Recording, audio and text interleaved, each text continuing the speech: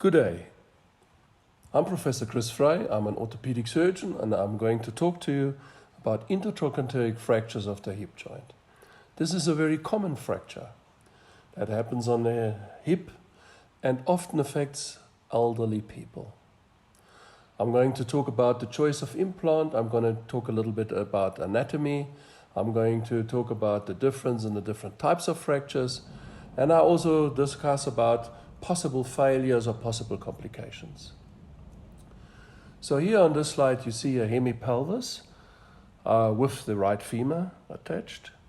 And you can see in the background this is the lumbar spine and the sacrum. And then there's the right Hemi Pelvis with the acetabulum. And inside there is the proximal femur. Now the proximal femur is subdivided into a femoral head. You can see that is shining out under the acetabulum there, and a femoral neck. And then comes the intertrochanteric area. This is the area the talk is about. And then there's also a subtrochanteric area, which is further down. Now, why is there this subdivision? Well, because the hip does not really look like that. On a natural hip, or our own hip, is actually covered with several membranes. This would be synovial membrane. Then there's a capsule attached, and on top of the capsules are the ligaments. So one cannot actually really see into the joint from the outside. So what does this mean? So there's two big groups. These ones that happen within the capsule, they rely on biology of healing, while the ones outside, they rely more on stability of healing. So the ones that we talk about here is outlined between this blue line and that blue line. This is the intertrochanteric area. It's named after the greater trochanter, which is the one that is highlighted here, and the lesser trochanter, which is on the opposite side. So what would an X-ray with a fracture look like? Well, I superimposed here an X-ray with a fracture. And you can see that this is on an X-ray a totally different view, because all these ligaments and capsules, they do not show up on the X-ray. So let me outline the fractures that I see here. So the one would be this one here. So this is the proximal part with the head and the neck attached. And then there's this part here, which is the lesser trochanter. And then there's the shaft. So we would call this a three-part fracture. I just show it again so that you can maybe focus on this without those lines, and now you can see there's fractures too. So is it an intertrochanteric fracture? Yes, because it's happened in between those two lines, the greater and the lesser trochanter. Who gets intertrochanteric fracture? Well, practically there's two groups, but I would say there is maybe a 80-20 relationship between elderly patients and relatively younger patients. So for the elderly patients, it's usually a low energy injury, while it's a very high energy injury in younger patients. So the risk of this type of fracture increases with age, mainly because the bone becomes softer as we grow older. So you have a higher fracture risk. And then people do not fall more than what they fall when they were younger, but they cannot respond that quickly to the fall. So they cannot put their hands forward, or they cannot move their body out of the way. So it doesn't move that quick anymore. And then they have a lack of what I would call shock absorbers. Now, fat is not a good shock absorber. So a good shock absorber would be, for example, muscular tissue. And another problem that could come or add to this one is that the heart might skip a beat or two, and then you might get dizzy and fall. Or you have a problem with the inner ear, with the blood supply of the inner ear, and that makes you dizzy, or you get a tinnitus that sort of like it starts turning, and that you're falling because of this.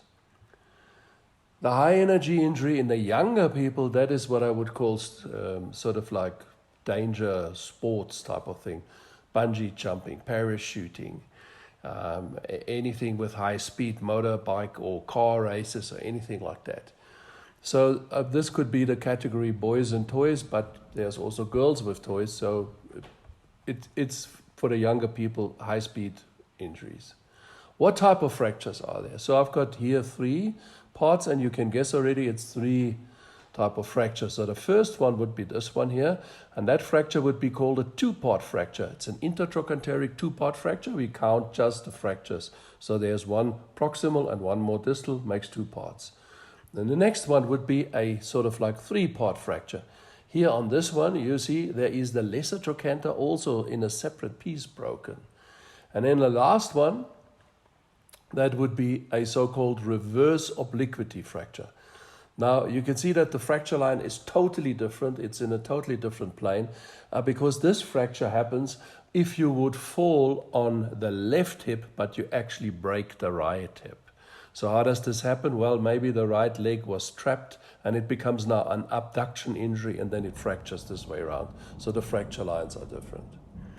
Now, let's hope you don't have this kind of fracture, but if you have one, what does the patient want? Well, the patient wants to get as soon as possible back to normal and certainly to walk and not lie in bed. So the lying in bed and traction treatment is actually filled with complications, so it's not advisable to treat this non-surgical.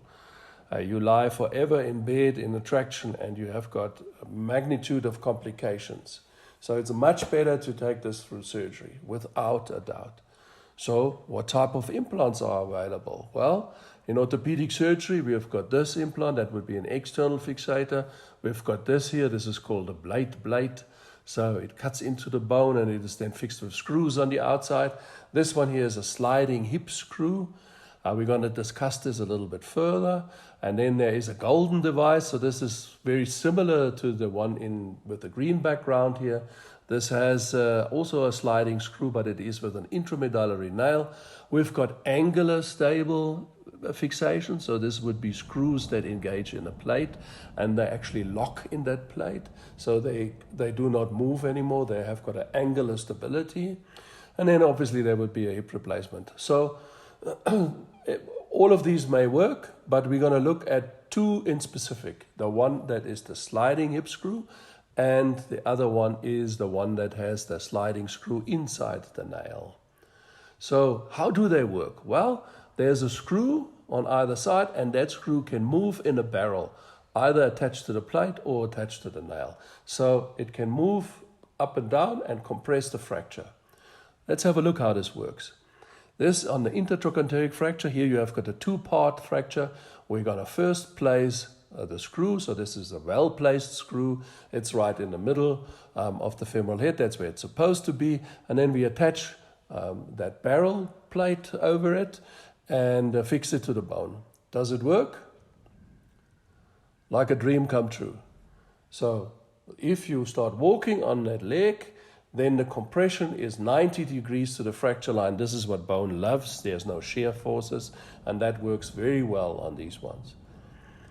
Now, what about if we have a three-part fracture? Let's do the same thing. Let's put that screw inside, and we placed it well in the middle, and now we start loading it, and with the loading and with the walking, there might be a problem on that lesser trochanter, and now there it goes. The lesser trochanter as a medial buttress, sort of like Candace plays. And then that whole construct comes a little bit unstable, and what can happen is that the screw is sort of like cutting out. So it depends how soon it heals. If it heals quicker before the screw cuts out, then, everything is fantastic. But there is a possibility that it cuts out. So when we have a look at these ones, we must look and read the x-ray. So you see here is the bone in the middle, and on the x-ray on the left side of the screen, you see it's a two-part fracture. That lesser trochanter is intact, but on the right side of the screen, the lesser trochanter is not intact. So read the fracture. So let's go back to that three-part fracture that we fixed with this one, because now we can have a look at that golden nail that I said to you. These are the two ones that we're going to compare on this one. So the nail insertion is a little bit different. This time not the screw comes first, this time the nail comes first. So this is a nail, it gets opened through a small hole in the bone, and then the nail lies inside the bone. That goes well. The whole bone is not totally hollow on the inside, but it's easy to insert that part. And then once that nail is inside, Then that screw comes out, and the screw position is again in the middle of the femoral head, so this is well positioned. Now let's load that, and our lesser trochanter would be now here, but with the loading, this may work, or this may work better than the other device. So for this one could consider this type of fixation, but studies have shown that there is also still problems with that one, but you could have a lesser risk of complications. Now, what is the difference between the two? The difference is the lever arm, as you can see here.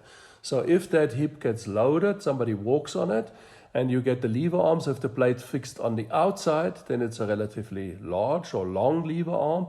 And if it goes to the inside, then the lever arm is shorter. So there might be a better sort of like biology and physics with this types of fixation. Now, what do real life fixations look like? Well, here you can see different manufacturers. They have different types of nails. So the one has 2 screws. The one that you see on the left-hand side of the screen here, and the other one is has only 1 screw, but therefore a bigger screw, and they both work. Do these other ones also work? Yes, they work also too. You see here's a nice positioned dynamic sliding screw, or you have here a nail that is also well positioned, and it also makes that heel. And you know, there's a lot of force that goes through a hip if you're walking on it, and so these things have to be strong implants that go with that one.